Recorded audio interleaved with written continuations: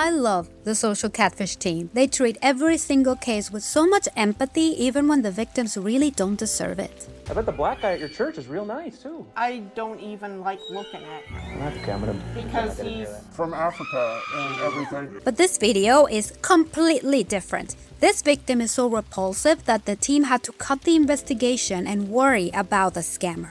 Not really, but giving this guy any sort of information could be quite dangerous because believe me, this guy right here is disturbed. So much so that I think a full investigation about him and the women he has been involved with should happen.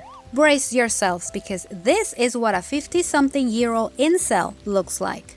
They had to blur his face to avoid any kind of legal trouble, I assume. 52-year-old Tony approached the Social Catfish team because he was talking to this woman named Patricia, a much younger girl who offered him some sort of paid companionship. He spent thousands of dollars on her and never got to meet her. He jumped on the online dating scene after a breakup. According to him, it was mutual because she left town. I hope he is correct. He went crazy with the apps he used. I guess he really wanted to meet someone, but even signing up to multiple sites, he got no luck. Until he received a private message from an unknown woman, 23-year-old Patricia. Right off the bat, Patricia was telling him, "I love you." Tony was taken aback because she was still a complete stranger. A big red flag there, but let's just say Tony was not thinking with his head brain. Growing up, there were too many cheerleaders and other girls that just wanted to screw me because of who I was or because of my popularity or my achievements. I wanted more. I wanted to do whatever I could to make this work. This was such a weird comment. It gave me I picked in high school vibes.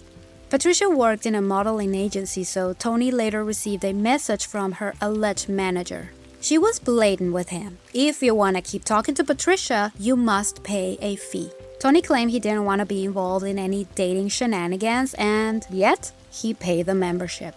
All of this through text. There was no official website to use. Patricia will start giving hints of being mistreated. I mean, she started saying there was a quota she had to fulfill. Tony said he was falling in love with her and he wanted to protect her. I highly doubt that. The next day, the manager texted him again with a proposition. She wanted to have more control over their clients to protect their models. She wanted Tony to get an ID card. It will cost, of course. They would say, I want to make sure that you're not some killer or a psycho. And I said, believe me, I'm not. I paid for that, and I never received it. The manager kept making excuses to ask for more money, but Tony would keep paying anyway. I mean, he claimed to be in love with Patricia. But at the same time, other models from the same company were contacting him, asking him for money as well. Females cost money, and no matter what you do, if you're taking them out to dinner, that amount is actually paying for ultimately what guys want. They want to have sex, no matter if it was dinner or a gesture. A question for you. What do you think about guys calling women females? It's weird, no? It's sort of dehumanizing. As if they see us as animals or objects to use. I always distrust a man who uses females in his everyday vocabulary. So this Tony guy is living in high school still in his 50s and calls women females. It's not looking good. But let's just escalate, shall we? The manager contacted Tony one more time to make a proposition. Patricia was for sale. Would you like to purchase her? And the dude said yes. They promised everything, anything, having relations, sex, whatever, sure. And they were talking about taking her out of state to Utah. I said that you can't take a confined prisoner and cross state lines, that you have to go through the necessary steps. I didn't know what those were. I was just thinking logically. Oh, sure, thinking logically. So this woman was for sale, and she was telling Tony how she was being beaten by her handlers. They were taking advantage of her, and she was basically in hell. Patricia was giving huge hints of being a victim of human trafficking. Did Tony help her? Did he call the cops? No. He was angry that he didn't get to enjoy her, so he wanted a refund. If I wanted sex, I'd just go to the bar, find some drunk girls, and wouldn't have to pay for sex. I was trying to help her out and pay her quota. My real hope was that I would get that money back, because after I started adding it up, I realized that I was like, holy shit, that was a lot of money. Lovely gentleman. I wonder why he's single. Well, after listening to this degenerate, the Social Catfish team was horrified and wanted to know if Patricia was telling the truth so they could call the cops and, save her. But no, thankfully this is a regular catfish using an elaborate scheme. But the scammers were not the ones being judged here. Tony was. He played the I don't remember card a lot, but it's all recorded. He recorded it for the team to pick his story. It's just so disturbing to hear Tony say female so many times. Even the guys are taken aback by it.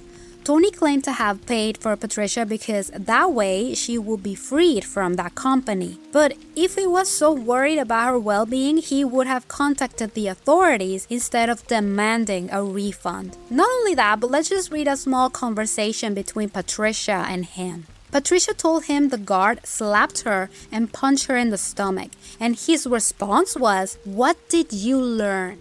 Then she tells him how afraid she is, and he repeats the question. That is so scary. This tells me how Tony is probably the same. You talk back, you get smacked. He said when I tried to run away, he's going to me. And then your response was, well, what did you learn with that action? What did you mean by that response? I don't know, I don't remember the context of it. Well, I just read the context of it. The guys are so sick of him. They are probably disgusted talking to someone like that. And the I don't remember, again, such a coward. He didn't answer the question, by the way. At what moment, did you stop and think, maybe I should call the police and help her out? Well, I thought that all the time, but calling the police, you need proof, you need evidentiary, you need factual basis. Translation, he never thought about it. I think he was so happy that he was buying himself a whole human to use and abuse. Allegedly, of course. But just listen to this. Patricia told him how she was basically bamboozled into working as a what? Prostitute? She allegedly thought the job was to sell some ID cards. Knowing that Patricia was being used, he continued paying for her services. I have a problem with this. I asked for help, and if this is the help that you guys are coming forth with, then Something I didn't know is that he joined this site that's notorious for prostitution. I doubt he wasn't aware of that. Like he said, his dad was also in the dating scene. He probably gave the URL to him. By February 1st, Tony had learned that Patricia was being held against her will, was being physically abused in a facility kept by guards, but did not contact the police. By February 23rd, Tony had agreed to send money for the delivery of Patricia to his door. By March 3rd, Tony found out that Patricia was not going to be delivered. He contacted us 2 days later. Tony is so lucky this was a scam because if it was real, he would be in the news and in prison by now. He's a criminal even if there was no crime. He's like those sting operations trying to catch a predator. The decoy is an adult, but the criminal doesn't know that. It should be the same here. He wanted to buy a woman to use her, God knows why. This guy's confronted him and he tried to play the ultimate savior, but the evidence is right there. The messages speak for themselves. She was saying she would be my maid, my slave. I was like, I can't be responsible for that. I have my own family. I can't be bringing a stranger into my house. What he just told made me think of something horrible. I don't doubt he has a family. Probably he lives with some of them. What would have happened if Patricia was delivered to him? Would he treat her as a girlfriend and introduce her like that to his family? Or would he have hidden her somewhere? Maybe use her and then dispose her? I don't know. This man is so scary. I hope he's just pure talk and nothing more.